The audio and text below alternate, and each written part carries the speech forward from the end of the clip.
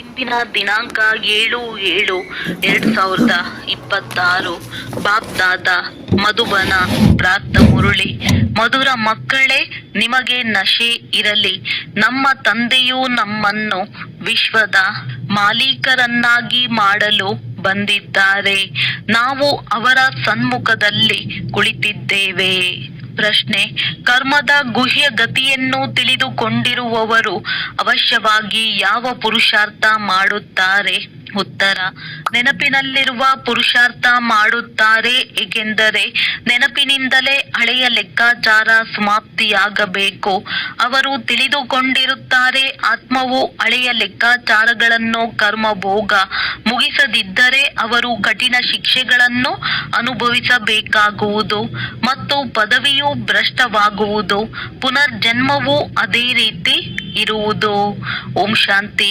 ಬಾಪ್ ದಾದಾರವರನ್ನು ಸನ್ಮುಖದಲ್ಲಿ ನೋಡುತ್ತಾರೆಂದರೆ ಮಕ್ಕಳಿಗೆ ಅಪಾರ ಖುಷಿಯ ನಶೆ ಏರುತ್ತದೆ. ಮತ್ತು 5000 ವರ್ಷಗಳ ಹಿಂದೆ ಶಿವ ತಂದೆಯು ಬ್ರಹ್ಮರವರಲ್ಲಿ ಹೇಗೆ ಬಂದಿದ್ದರೋ ಹಾಗೆಯೇ ಬಂದಿದ್ದಾರೆಂದು ಮಕ್ಕಳು ತಿಳಿದಿದ್ದೀರಿ. ಏನು ಮಾಡಲು ಬಂದಿದ್ದಾರೆ? ಇದು ಮಕ್ಕಳಿಗೆ ನಶೆ ಏರಿರುತ್ತದೆ. ಸ್ವರ್ಗದ ಮಾಲೀಕರನ್ನಾಗಿ ಮಾಡಲು, ನಮ್ಮನ್ನು ಯೋಗ್ಯರನ್ನಾಗಿ ಮಾಡಲು ತಂದೆಯು ಬಂದಿದ್ದಾರೆಂಬುದು ಎಲ್ಲ ಮಕ್ಕಳಿಗೆ ತಿಳಿದಿದೆ. ನಮ್ಮನ್ನು ತಮೋ ಪ್ರಧಾನರಿಂದ ಸತೋ ಪ್ರಧಾನರಾಗುವ ಯುಕ್ತಿಗಳನ್ನು ಪದೇ ಪದೇ ತಿಳಿಸುತ್ತಾರೆ. ಯುಕ್ತಿಯಂತೂ ಬಹಳ ಸಹಜವಾಗಿದೆ. ಅವಶ್ಯವಾಗಿ ಸಹಜವಾದ ನೆನಪನ್ನು ಮಕ್ಕಳಿಗೆ ಕಲಿಸುತ್ತಾರೆ. ಅಜ್ಞಾನ ಕಾಲದಲ್ಲಿಯೂ ತಂದೆಗೆ ಮಗನ ಜನನವಾಗುತ್ತದೆ ಎಂದರೆ ಆಸ್ತಿಗೆ ಹಕ್ಕುದಾರನು ಜನಿಸಿದನೆಂದು ತಿಳಿಯುತ್ತಾರೆ. ಈ ಸಮಯದಲ್ಲಿ ತಂದೆಯು ಬಂದು ಮಕ್ಕಳನ್ನು ದತ್ತು ತೆಗೆದುಕೊಳ್ಳುತ್ತಾರೆಂದು ತಿಳಿದಿದ್ದೀರಿ. ನೀವಂತೂ ಶಿವ ತಂದೆಯ ಮಕ್ಕಳೇ ಆಗಿದ್ದೀರಿ. ಆದರೆ ತಂದೆಯು ಬಂದು ತನ್ನವರನ್ನಾಗಿ ಹೇಗೆ ಮಾಡಿಕೊಂಡರು ನಮಗೆ ತಿಳಿಸಲು ಹಾಗೂ ನಾವು ಅವರಿಂದ ಕೇಳಲು ಸಾಧ್ಯವಿದೆ. ಶಿವ ತಂದೆಯು ನಿಮ್ಮ ತಂದೆಯಾಗಿದ್ದೇನೆ ಎಂದು ಬ್ರಹ್ಮರವರ ತನುವಿನ ಮೂಲಕ ನಿಮ್ಮನ್ನು ಸ್ವರ್ಗದ ಮಾಲೀಕರನ್ನಾಗಿ ಮಾಡುತ್ತೇನೆಂದು ಹೇಳುತ್ತಾರೆ.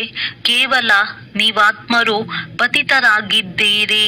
ಆದ್ದರಿಂದ ನೀವು ಮುಕ್ತಿ ಹಾಗೂ ಜೀವನ್ಮುಕ್ತಿ ಧಾಮಕ್ಕೂ ಹೋಗಲು ಸಾಧ್ಯವಿಲ್ಲ. ನೀವೆಲ್ಲರೂ ಒಬ್ಬ ತಂದೆಯ ಮಕ್ಕಳಾಗಿದ್ದೀರಿ. ಎಲ್ಲರೂ ತಂದೆಯಿಂದ ಆಸ್ತಿಯನ್ನು ಪಡೆಯಬೇಕಾಗಿದೆ.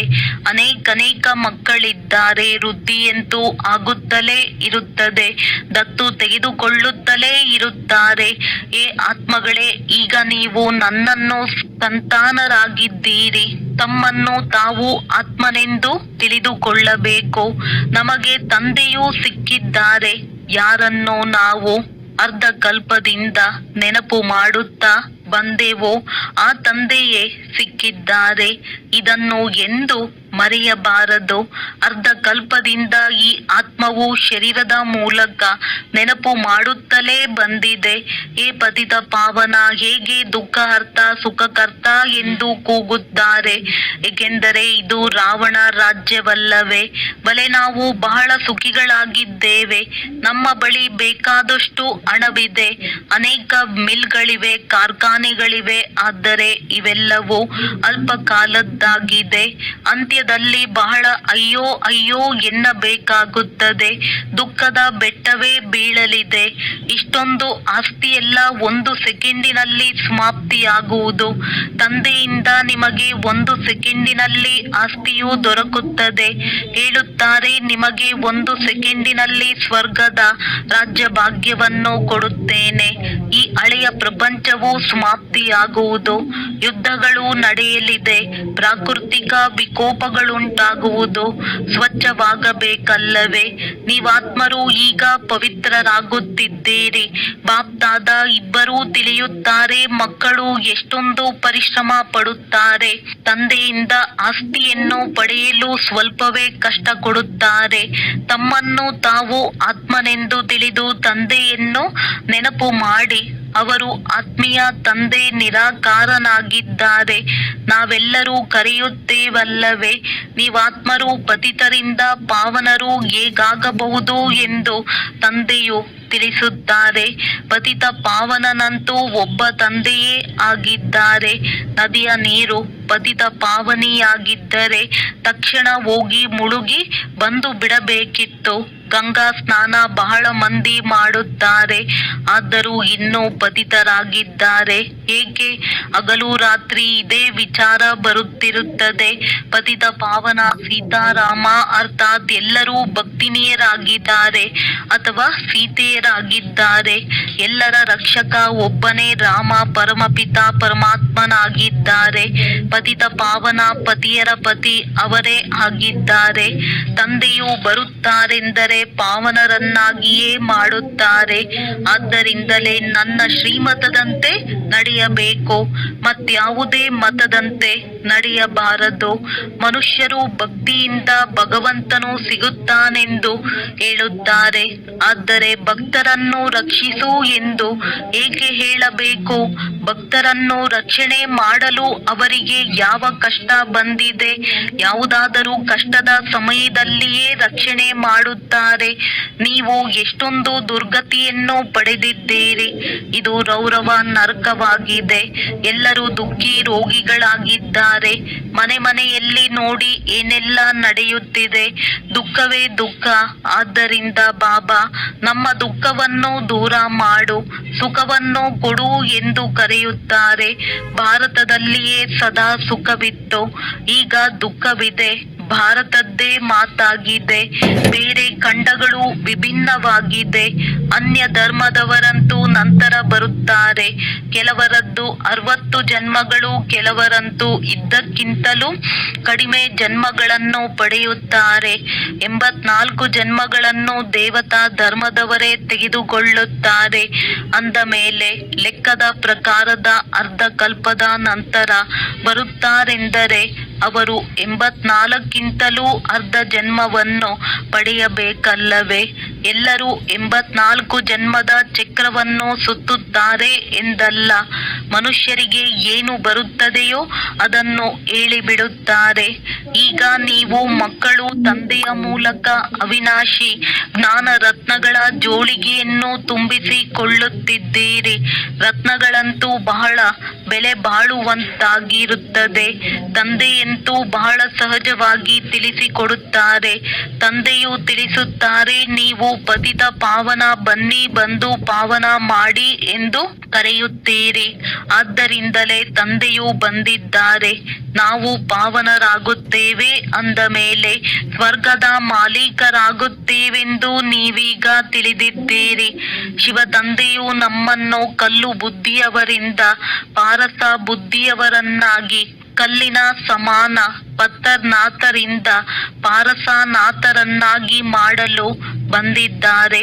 ಭಕ್ತಿ ಮಾರ್ಗದಲ್ಲಂತೂ ಎಲ್ಲವನ್ನೂ ಕಲ್ಲಿನಿಂದಲೇ ಮಾಡಲ್ಪಟ್ಟಿದೆ. ಕಲ್ಲುಗಳ ಬಳಿ ಹೋಗಿ ತಲೆ ಚೆಚ್ಚಿಕೊಳ್ಳುತ್ತಾರೆ. ಎಷ್ಟೇ ಪರಿಶ್ರಮ ಪಟ್ಟರೂ ಸಹ ಲಾಭ ಸಿಗುವುದಿಲ್ಲ. ಮೊದಲು ನೀವೆಲ್ಲರೂ ಬಲಿಹಾರಿಯಾಗುತ್ತಿದ್ದೀರಿ, ಆದರೆ ಏನಾದರೂ ಲಾಭವಾಯಿತೆ? ದೇವಿಯ ಸಾಕ್ಷಾತ್ಕಾರವಾಗಿರಬಹುದು ಅಷ್ಟೇ. ಸಂಗಮ ಯುಗದಲ್ಲಿ ಒಂದೇ ಬಾರಿ ಪತಿತ ಪಾವನ ತಂದೆಯು ಬರುತ್ತಾರೆ. ಸತ್ಯಯುಗದಲ್ಲಿ ಭಕ್ತಿ ಮಾರ್ಗದ ಮಾತುಗಳೇ ಇರುವುದಿಲ್ಲ. ತಂದೆಯು ಎಂದೂ ಕತ್ತನ್ನು ಕತ್ತರಿಸಿಕೊಳ್ಳಿ, ಇದನ್ನು ಮಾಡಿ ಎಂದು ಹೇಳುವುದಿಲ್ಲ. ಭಕ್ತಿ ಮಾರ್ಗದಲ್ಲಿ ಅನೇಕ ಪ್ರಕಾರವಾಗಿ ಏನೇನೆಲ್ಲ ಮಾಡುತ್ತಾ ಬಂದಿದ್ದಾರೆ. ಮುಂದೆ ಮನುಷ್ಯರನ್ನು ಸಹ ಬಲಿ ಕೊಡುತ್ತಿದ್ದರು. ನೀವು ಸುಧಾರಣೆಯಾಗಿದ್ದಾಗ ದೇವತೆಗಳಾಗಿದ್ದೀರಿ, ಆದರೆ ಈಗ ಕಲ್ಲು ಬುದ್ಧಿಯವರಾಗಿದ್ದೀರಿ. ನಿಮಗೆ ಸ್ವರ್ಗದ ರಾಜ್ಯ ಭಾಗ್ಯ ದೊರಕಿತ್ತು. ಎಷ್ಟೊಂದು ಚಿನ್ನ ವಜ್ರಗಳ ಮೆಹಲುಗಳಿತ್ತು, ಅಪಾರ ಧನವಿತ್ತು. ಅದೆಲ್ಲವನ್ನು ಏನು ಮಾಡಿದ್ದೀರಿ? ಈಗಂತೂ ನೀವು ಬಹಳ ದುಃಖಿಗಳಾಗಿದ್ದೀರಿ. ವಾಸ್ತವದಲ್ಲಿ ನೀವು ದೇವಿ ದೇವತಾ ಧರ್ಮದವರಾಗಿದ್ದೀರಿ. ಈಗ ನೀವು ರಜೋ ತಮೋದಲ್ಲಿ ಬಂದಿದ್ದೀರಿ. ನೀವು ದೇವತಾ ಧರ್ಮದವರಾಗಿದ್ದೀರಿ. ಮತ್ತೆ ನೀವೇಕೆ ನಿಮ್ಮನ್ನು ಹಿಂದೂಗಳೆಂದು ಕರೆದುಕೊಳ್ಳುತ್ತೀರಿ? ಬೇರೆ ಎಲ್ಲ ಧರ್ಮದವರು ತಮ್ಮ ಧರ್ಮವನ್ನು ಒಪ್ಪಿಕೊಳ್ಳುತ್ತಾರೆ. ಧರ್ಮವಂತೂ ಒಂದೇ ಆಗಿರುತ್ತದೆ ಎಲ್ಲವೇ. ಮುಸಲ್ಮಾನರದ್ದು ಮುಸ್ಲಿಂ ಧರ್ಮ, ಕ್ರಿಶ್ಚಿಯನ್ನರದ್ದು ಕ್ರಿಶ್ಚಿಯನ್ ಧರ್ಮವು ನಡೆದು ಬರುತ್ತದೆ. ನಿಮ್ಮದ್ದು ಏನಾಯಿತು? ನೀವಂತೂ ಸಂಪೂರ್ಣ ಸುಖಿ, ಪವಿತ್ರರು, ಸಂಪೂರ್ಣ ನಿರ್ವಿಕಾರಿಗಳಾಗಿದ್ದೀರಿ. ಈಗ ಎಷ್ಟೊಂದು ವಿಕಾರಿಗಳಾಗಿದ್ದೀರಿ. ಅವಶ್ಯವಾಗಿ ನಾವು ಸಂಪೂರ್ಣ ನಿರ್ವಿಕಾರಿಗಳಾಗಿದ್ದೆವು, ನಂತರ ಹೇಗೆ ಸಂಪೂರ್ಣ ವಿಕಾರಿಗಳಾದೆವು ಇದು ಯಾರಿಗೂ ತಿಳಿದಿಲ್ಲ. 84 ಜನ್ಮಗಳನ್ನು ಪಡೆಯುತ್ತಾ ಸತೋದಿಂದ ತಮೋ ಆಗಿದ್ದೀರಿ. ಅವಶ್ಯವಾಗಿ ಈಗ ತಮೋ ಪ್ರಧಾನ ಪತಿತರಾಗಿದ್ದೀರಿ. ಸತ್ಯಯುಗದಿಂದ ಕಲಿಯುಗಕ್ಕೆ ಬರಲೇಬೇಕಾಗಿದೆ. ಎಲ್ಲ ಧರ್ಮದವರು ಸತೋ ರಜೋ ತಮೋದಲ್ಲಿ ಬಂದೇ ಬರುತ್ತಾರೆ. ವೃದ್ಧಿ ಪಡೆಯಲೇಬೇಕಾಗಿದೆ. ನೀವು ಸಹ ವೃಕ್ಷದಲ್ಲಿದ್ದೀರಲ್ಲವೇ? ವೃಕ್ಷದಲ್ಲಿ ನೋಡಿದಾಗ ಅಂತ್ಯದಲ್ಲಿ ಬ್ರಹ್ಮನು ನಿಂತಿದ್ದಾರೆ. ವೃಕ್ಷದ ಮೇಲೆ ಶಿಖೆಯಲ್ಲಿ ಬ್ರಹ್ಮನೇ 84 ಜನ್ಮಗಳನ್ನು ಪಡೆದು ಅಂತ್ಯದಲ್ಲಿ ನಿಂತಿದ್ದಾರೆ. ನೀವೀಗ ಕೆಳಗಡೆ ಬ್ರಾಹ್ಮಣರು ಕುಳಿತಿದ್ದೀರಿ. ನಂತರ ಅಂತ್ಯದಲ್ಲಿ ಪತಿತ ಶೂದ್ರರಾಗಿದ್ದೀರಿ. ಮತ್ತೆ ಕೆಳಗೆ ರಾಜಯೋಗವನ್ನು ಕಲಿಯುತ್ತಿದ್ದೀರಿ. ನೀವೇ ಶೂದ್ರರಾಗಿದ್ದೀರಿ, ಈಗ ಬ್ರಾಹ್ಮಣರಾಗುತ್ತೀರಿ. ಇದು ಬಹಳ ದೊಡ್ಡ ತಿಳುವಳಿಕೆಯ ಮಾತಾಗಿದೆ. ಈಗ ಈ ವೃಕ್ಷದಲ್ಲೇ ಬಹಳ ಹೆಚ್ಚಿನ ತಿಳುವಳಿಕೆ ಇದೆ. ಈಗ ನೀವು ರಾಜಯೋಗದ ತಪಸ್ಸನ್ನು ಮಾಡುತ್ತಿದ್ದೀರಿ. ನಿಮ್ಮದೇ ನೆನಪಾರ್ಥವು ಇಲ್ಲಿ ಇದೆ. ಇದು ಚೈತನ್ಯ ದಿಲ್ವಾಡ ಮಂದಿರವಾಗಿದೆ. ಅದು ಜಡ ಮಂದಿರವಾಗಿದೆ. ಸತ್ಯಯುಗದಲ್ಲಿ ಇದು ಇರಲಿಲ್ಲ. ಈ ಸಮಯದಲ್ಲಿ ನೀವು ನಿಮ್ಮ ನೆನಪಾರ್ಥವನ್ನು ನೋಡುತ್ತೀರಿ. ನೀವು ಪ್ರಾಕ್ಟಿಕಲ್ನಲ್ಲಿ ಸತ್ಯವಾದ ದಿಲ್ವಾಡ ಮಂದಿರದಲ್ಲಿ ಚೈತನ್ಯದಲ್ಲಿ ಕುಳಿತಿದ್ದೀರಿ. ಸ್ವರ್ಗದ ಸ್ಥಾಪನೆಯಾಗುತ್ತಿದೆ. ನಂತರ ಸ್ವರ್ಗದಲ್ಲಿ ಬರುತ್ತೀರೆಂದರೆ ಈ ಮಂದಿರಗಳು ಏನೂ ಇರುವುದಿಲ್ಲ. ಈ ಮೊಮ್ಮ ಬಾಬಾ ಮತ್ತು ನಾವು ಮಕ್ಕಳು ಕುಳಿತಿದ್ದೇವೆ. ಕಲ್ಪದ ಹಿಂದಿನಂತೆಯೇ ಇದು ನಿಮ್ಮದೇ ಮಂದಿರವಾಗಿದೆ. ಹೆಸರನ್ನು ಮಧುಬನ ಎಂದು ಇಡಲಾಗಿದೆ. ಇದು ಚೈತನ್ಯ ದಿಲ್ವಾಡ ಮಂದಿರವಾಗಿದೆ. ನಂತರ ಭಕ್ತಿ ಮಾರ್ಗವು ಪ್ರಾರಂಭವಾದಾಗ ಮತ್ತೆ ಈ ಮಂದಿರಗಳನ್ನು ಕಟ್ಟುತ್ತಾರೆ. ತಂದೆಯು ನಿಮ್ಮನ್ನು ಎಷ್ಟೊಂದು ಧನವಂತರನ್ನಾಗಿ ಮಾಡಿದ್ದರು. ಆದ್ದರಿಂದ ನೀವು ಅವರ ಮಂದಿರಗಳನ್ನು ಮಾಡುತ್ತೀರಿ. ಶಿವನ ಮಂದಿರವೊಂದನ್ನೇ ಮಾಡುವುದಿಲ್ಲ. ಯಥಾಶಕ್ತಿಯ ಅನುಸಾರವಾಗಿ ಮಂದಿರಗಳನ್ನು ಕಟ್ಟುತ್ತಾರೆಂದು ಎಲ್ಲರೂ ತಿಳಿದಿದ್ದಾರೆ. ನಾವೇ ಪೂಜ್ಯರಾಗಿದ್ದೆವು. ನಂತರ ದ್ವಾಪರದಿಂದ ಪೂಜಾರಿಗಳಾಗುತ್ತೇವೆಂದು ನೀವೇ ತಿಳಿದಿದ್ದೀರಿ. ಶಿವ ತಂದೆಯು ಎಷ್ಟೊಂದು ಸಾಹುಕಾರರನ್ನಾಗಿ ಮಾಡುತ್ತಾರೆ ಭಕ್ತಿಯಲ್ಲಿ. ನಂತರ ನೀವೇ ಅವರ ಮಂದಿರಗಳನ್ನು ಕಟ್ಟುತ್ತೀರಿ. ಈ ಮಾತುಗಳನ್ನು ನೀವೀಗ ತಿಳಿದಿದ್ದೀರಿ. ಅಂದ ಮೇಲೆ ಈಗ ಪುರುಷಾರ್ಥ ಮಾಡಿ ನಂತರ ರಾಜರಿಗೂ ರಾಜರಾಗಬೇಕಲ್ಲವೇ? ಸತ್ಯಯುಗದಲ್ಲಿ ಇರುವವರನ್ನು ಮಹಾರಾಜರೆಂದು, ತ್ರೇತಾದಲ್ಲಿರುವವರನ್ನು ರಾಜರೆಂದು ಕರೆಯಲಾಗುವುದು. ನಂತರ ಪ್ರಪಂಚವು ಪತಿತವಾಗುತ್ತದೆ. ಅಂದ ಮೇಲೆ ಮಹಾರಾಜರು ಪತಿತರಾಗುತ್ತಾರೆ, ರಾಜರು ಪತಿತರಾಗುತ್ತಾರೆ. ಅವರು ನಿರ್ವಿಕಾರಿ ಮಹಾರಾಜರುಗಳ ಮಂದಿರಗಳನ್ನು ಕಟ್ಟಿಸಿ ಪೂಜೆ ಮಾಡುತ್ತಾರೆ. ಮೊಟ್ಟ ಮೊದಲು ಶಿವನ ಮಂದಿರವನ್ನು ಕಟ್ಟುತ್ತಾರೆ. ನಂತರ ದೇವತೆಗಳ ಮಂದಿರಗಳನ್ನು ಕಟ್ಟುತ್ತಾರೆ. ತಾವೇ ಮಂದಿರವನ್ನು ಕಟ್ಟಿ ಪೂಜೆ ಮಾಡುತ್ತಾರೆ. 84 ಜನ್ಮಗಳನ್ನು ಭೋಗಿಸುತ್ತಾರಲ್ಲವೇ? ಅರ್ಧಕಲ್ಪ ನೀವು ಪೂಜ್ಯರು, ನಂತರ ಅರ್ಧಕಲ್ಪ ಪೂಜಾರಿಗಳಾಗುತ್ತೀರಿ. ಭಗವಂತನೇ ಪೂಜ್ಯ ಮತ್ತು ಪೂಜಾರಿಯಾಗುತ್ತಾನೆಂದು, ಅವನೇ ಎಲ್ಲವನ್ನೂ ಕೊಡುತ್ತಾನೆ, ಎಲ್ಲವನ್ನೂ ಕಸಿದುಕೊಳ್ಳುತ್ತಾನೆಂದು ಮನುಷ್ಯರು ತಿಳಿಯುತ್ತಾರೆ.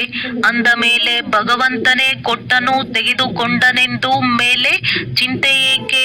ನೀವೆಲ್ಲರೂ ನಿಮಿತ್ತರಲ್ಲವೇ? ಇನ್ನು ಅಳುವ ಮಾತೇನು? ತಂದೆಯು ಕುಳಿತು ಆತ್ಮಗಳಿಗೆ ತಿಳಿಸುತ್ತಾರೆ. ಈಗ ನೀವು ನಂಬರ್ ವಾರ್ ಆಗಿ ಆತ್ಮ ಅಭಿಮಾನಿಗಳಾಗುತ್ತೀರಿ. ಕೆಲವರಂತೂ ಅವಶ್ಯವಾಗಿ ನೆನಪು ಮಾಡುವುದೇ ಇಲ್ಲ, ದೇಹಿ ಅಭಿಮಾನಿಗಳು ಆಗುವುದೇ ಇಲ್ಲ. ಅರೆ, ನೀವಂತೂ ಆತ್ಮರಾಗಿದ್ದೀರಿ. ನಿಮಗೆ ಪರಮಾತ್ಮನು ಓದಿಸುತ್ತಿದ್ದಾರೆ. ಇದನ್ನು ಎಷ್ಟು ಬಾರಿ ತಿಳಿಸಲಾಗಿದೆ. ಆತ್ಮದಲ್ಲಿಯೇ ಸಂಸ್ಕಾರವಿರುತ್ತದೆ. ಆತ್ಮವೇ ಬ್ಯಾರಿಸ್ಟರ್, ಮೆಜಿಸ್ಟ್ರೇಟ್ ಇತ್ಯಾದಿ ಆಗುತ್ತದೆ. ನಾಳೆ ಏನಾಗುತ್ತಾರೆ? ಒಂದು ವೇಳೆ ಆತ್ಮವು ಚೆನ್ನಾಗಿ ನೆನಪು ಮಾಡಿದರೆ ನಂತರ ಅಮರ ಲೋಕದಲ್ಲಿ ಹೋಗಿ ಜನ್ಮ ಪಡೆಯಬಹುದು. ಮೃತ್ಯು ಲೋಕದಲ್ಲಿ ಮತ್ತೆ ಜನ್ಮ ಪಡೆಯುವ ಅವಶ್ಯಕತೆ ಇಲ್ಲ. ಒಂದು ವೇಳೆ ಲೆಕ್ಕಾಚಾರವು ಉಳಿದಿದ್ದರೆ ಶಿಕ್ಷೆಯನ್ನು ಅನುಭವಿಸಬೇಕಾಗುವುದು. ಶಿಕ್ಷೆಯಿಂದ ಸಮಾಪ್ತಿ ಮಾಡಿದರೆ ನಂತರ ಶ್ರೇಷ್ಠ ಪದವಿಯೂ ಸಿಗುವುದಿಲ್ಲ. ಕರ್ಮದ ಗುಹ್ಯ ಗತಿಯನ್ನು ತಂದೆಯು ಮಕ್ಕಳಿಗೆ ತಿಳಿಸಿಕೊಡುತ್ತಾರೆ. ಸತ್ಯಯುಗವು ಸತೋ ಪ್ರಧಾನವಾಗಿದೆ ಎಂದು ಮಕ್ಕಳು ತಿಳಿದಿದ್ದೀರಿ. ಅಲ್ಲಿನ ಪ್ರತಿಯೊಂದು ವಸ್ತುವು ಸತೋ ಪ್ರಧಾನವಾಗಿರುವುದು. ಕೃಷ್ಣನು ಹಸುಗಳನ್ನು ಸಂಭಾಲನೆ ಮಾಡುತ್ತಿದ್ದನೆಂದು ಹೇಳುತ್ತಾರೆ. ರಾಜರು ಹಸುಗಳನ್ನು ಸಂಭಾಲನೆ ಮಾಡುತ್ತಾರೆಯೇ? ಅಂತಹ ಮಾತುಗಳಿರಲು ಸಾಧ್ಯವೇ ಇಲ್ಲ. ಸತ್ಯಯುಗದಲ್ಲಿ ಹಸುಗಳು ಬಹಳ ಫಸ್ಟ್ ಕ್ಲಾಸ್ ಆಗಿರುತ್ತವೆ. ಅವುಗಳನ್ನು ಕಾಮಧೇನು ಎಂದು ಸಹ ಹೇಳುತ್ತಾರೆ. ಜಗದಂಬ ಸರಸ್ವತಿಯೂ ಸಹ ಕಾಮಧೇನುವಾಗಿದ್ದಾರೆ. 21 ಜನ್ಮಗಳಿಗೆ ಮನೋಕಾಮನೆಗಳನ್ನು ಪೂರ್ಣ ಮಾಡುವವರಾಗಿದ್ದಾರೆ. ಅಂದ ಮೇಲೆ ನೀವು ಸಹ ಕಾಮಧೇನು ಅಲ್ಲವೇ? ಅದೇ ಹೆಸರನ್ನು ಹಸುಗಳಿಗೆ ಇಟ್ಟಿದ್ದಾರೆ. ಆ ಹಸುಗಳು ಬಹಳ ಹಾಲನ್ನು ಕೊಡುತ್ತವೆ. ರಾಜರುಗಳ ಮನೆಯಲ್ಲಿಯೂ ಸಹ ಬಹಳ ಫಸ್ಟ್ ಕ್ಲಾಸ್ ಆಗಿರುವ ಹಸುಗಳಿರುತ್ತವೆ. ರಾಜರ ಬಳಿ ಒಳ್ಳೊಳ್ಳೆಯ ಹಸುಗಳಿದ್ದವು. ಅಂದ ಮೇಲೆ ಸ್ವರ್ಗವು ಎಷ್ಟೊಂದು ಸುಂದರವಾಗಿರಬಹುದು. ಅಲ್ಲಿ ಯಾವುದೇ ದುರ್ವಾಸನೆ ಇತ್ಯಾದಿಗಳು ಖಂಡಿತ ಬರುವುದಿಲ್ಲ. ನಾನು ನಿಮ್ಮನ್ನು ಹೂಗಳನ್ನಾಗಿ ಮಾಡಿ ಜೊತೆಯಲ್ಲಿ ಕರೆದುಕೊಂಡು ಹೋಗಲು ಬಂದಿದ್ದೇನೆಂದು ತಿಳಿಸುತ್ತಾರೆ. ಪತಿತ ಪಾವನ ಬನ್ನಿ ಎಂದು ಕರೆಯುತ್ತೀರಿ. ಪತಿತ ಪ್ರಪಂಚ ಪತಿತ ಶರೀರದಲ್ಲಿಯೇ ಬನ್ನಿ ಎಂದು ಕರೆಯುತ್ತೀರಿ. ಇದು ಪತಿತ ಶರೀರ, ಅದು ಪಾವನ ಫರಿಷ್ಠೆ ಆಗಿದೆ. ಹೋಲಿಕೆಯನ್ನು ತೋರಿಸುತ್ತಾರಲ್ಲವೇ? ನೀವು ಸಹ ಪತಿತರಿಂದ ಈ ಪಾವನ ಫರಿಷ್ಠೆಗಳಂತೆ ಆಗುತ್ತೀರಿ. ಸತ್ಯಯುಗಿ ದೇವತೆಗಳಿಗೆ ಡಿಟಿ ಎಂದು ಹೇಳುತ್ತಾರೆ. ಸೂಕ್ಷ್ಮ ವತನವಾಸಿಗಳಿಗೆ ಫರಿಷ್ಠೆಗಳೆಂದು ಹೇಳುತ್ತಾರೆ. ನೀವೀಗ ಪವಿತ್ರ ಫರಿಷ್ಠೆಗಳಾಗುತ್ತಿದ್ದೀರಿ. ತಂದೆಯು ಎಷ್ಟೊಂದು ಸಹಜವಾದ ಶಿಕ್ಷಣ ಕೊಡುತ್ತಾರೆ. ಇಲ್ಲಿ ನೀವು ಬರುತ್ತೀರೆಂದ ಮೇಲೆ ಹೊರಗಡೆಯ ಯಾವುದೇ ಮಿತ್ರ, ಸಂಬಂಧಿ, ಮನೆ, ಮಠ, ವ್ಯಾಪಾರ ಇತ್ಯಾದಿಗಳ ನೆನಪು ಬರಬಾರದು. ನೀವು ತಂದೆಯ ಸನ್ಮುಖದಲ್ಲಿ ಬಂದಿದ್ದೀರಲ್ಲವೇ? ಇಲ್ಲಿ ಬಂದಿದ್ದೀರೆಂದ ಮೇಲೆ ಯೋಗದಿಂದ ಸಂಪಾದನೆ ಮಾಡುವುದರಲ್ಲಿ ತೊಡಗಿ ಬಿಡಬೇಕು. ಒಳ್ಳೆಯದು. ಮಧುರಾತಿ ಮಧುರ ಅಗಲಿ ಹೋಗಿ ಮರಳಿ ಸಿಕ್ಕಿರುವ ಮಕ್ಕಳ ಪ್ರತಿ ಮಾತ್ಪಿತಾ ಬಾಪ್ ದಾದಾರವರ ನೆನಪು, ಪ್ರೀತಿ ಹಾಗೂ ಸುಪ್ರಭಾತ. ಆತ್ಮಿಕ ಮಕ್ಕಳಿಗೆ ಆತ್ಮಿಕ ತಂದೆಯ ನಮಸ್ತೆ. ಧಾರಣೆಗಾಗಿ ಮುಖ್ಯ ಸಾರ. ಶಿಕ್ಷೆಗಳಿಂದ ಮುಕ್ತರಾಗಬೇಕೆಂದರೆ ಹಳೆಯ ಎಲ್ಲಾ ಲೆಕ್ಕಾಚಾರವನ್ನು ಯೋಗ ಬಲದಿಂದ ಸಮಾಪ್ತಿ ಮಾಡಬೇಕು. ನಿಮಿತ್ತರಾಗಿ ಎಲ್ಲವನ್ನೂ ಸಂಭಾಲನೆ ಮಾಡಬೇಕು. ಯಾವುದೇ ಮಾತಿನ ಚಿಂತೆಯನ್ನಿಟ್ಟುಕೊಳ್ಳಬಾರದು. ಆತ್ಮ ಅಭಿಮಾನಿ ಆಗಬೇಕಾಗಿದೆ. ಇದು ಸಂಪಾದನೆ ಮಾಡುವ ಸಮಯವಾಗಿದೆ. ಇದರಲ್ಲಿ ಮನೆ, ಮಠ, ವ್ಯಾಪಾರ ಇತ್ಯಾದಿಗಳನ್ನು ನೆನಪು ಮಾಡಬಾರದು. ಫರಿಷ್ಠೆಗಳಾಗಲು ಒಬ್ಬ ತಂದೆಯ ನೆನಪಿನಲ್ಲಿರುವ ಸಂಪೂರ್ಣ ಪುರುಷಾರ್ಥವನ್ನು ಮಾಡಬೇಕಾಗಿದೆ. ವರದಾನ: ನೆನಪಿನ ಸರ್ಚ್ ಲೈಟ್ ಮೂಲಕ ವಾಯುಮಂಡಲವನ್ನು ತಯಾರು ಮಾಡುವಂತಹ ವಿಜಯೀ ರತ್ನ ಭವ. ಸೇವಾದಾರಿ ಆತ್ಮರ ಮಸ್ತಕದಲ್ಲಿ ವಿಜಯದ ತಿಲಕವು ಇದ್ದೇ ಇರುತ್ತದೆ. ಆದರೆ ಯಾವ ಸ್ಥಾನದಲ್ಲಿ ಸೇವೆ ಮಾಡಬೇಕೋ ಆ ಸ್ಥಾನಕ್ಕೆ ಮುಂಚಿತವಾಗಿಯೇ ಸರ್ಚ್ ಲೈಟ್ನ ಪ್ರಕಾಶತೆಯನ್ನು ಪ್ರಕಂಪಿಸಬೇಕು. ನೆನಪಿನ ಸರ್ಚ್ ಲೈಟ್ನಿಂದ ಅಂತಹ ವಾಯುಮಂಡಲವು ತಯಾರಾಗಿ ಬಿಡುತ್ತದೆ. ಅದರಿಂದ ಅನೇಕ ಆತ್ಮರು ಸಹಜವಾಗಿಯೇ ಸಮೀಪಕ್ಕೆ ಬಂದು ಬಿಡುತ್ತಾರೆ. ನಂತರ ಕಡಿಮೆ ಸಮಯದಲ್ಲಿ ಸಫಲತೆಯು 1000 ಪಟ್ಟು ಸಿಗುತ್ತದೆ. ಇದಕ್ಕಾಗಿ ನಾವು ವಿಜಯೀ ರತ್ನಗಳಾಗಿದ್ದೇವೆ ಎಂಬ ದೃಢ ಸಂಕಲ್ಪವನ್ನು ಮಾಡಿರಿ. ಇದರಿಂದ ಪ್ರತಿಯೊಂದು ಕರ್ಮದಲ್ಲಿ ವಿಜಯವು ಸಮಾವೇಶವಾಗಿದೆ. ಸ್ಲೋಗನ್: ಯಾವ ಸೇವೆಯು ಸ್ವಯಂವನ್ನು ಅಥವಾ ಅನ್ಯರನ್ನು ತೊಂದರೆ ಮಾಡುತ್ತದೆ, ಆ ಸೇವೆಯಲ್ಲ ಹೊರೆಯಾಗಿದೆ. ಅವ್ಯಕ್ತ ಸೂಚನೆ: ಜ್ವಾಲಾ ಸ್ವರೂಪ ಸ್ಥಿತಿಯಲ್ಲಿರುತ್ತಾ ಶಕ್ತಿಶಾಲಿ ನೆನಪಿನ ಅನುಭವ ಮಾಡಿ. ಜ್ವಾಲಾರೂಪರಾಗುವುದಕ್ಕೆ ಇದೇ ಗುಂಗು ಸದಾ ಇರಲಿ. ಈಗ ವಾಪಸ್ ಮನೆಗೆ ಹೋಗಬೇಕಾಗಿದೆ ಎಂದರೆ ಉಪರಾಮ್.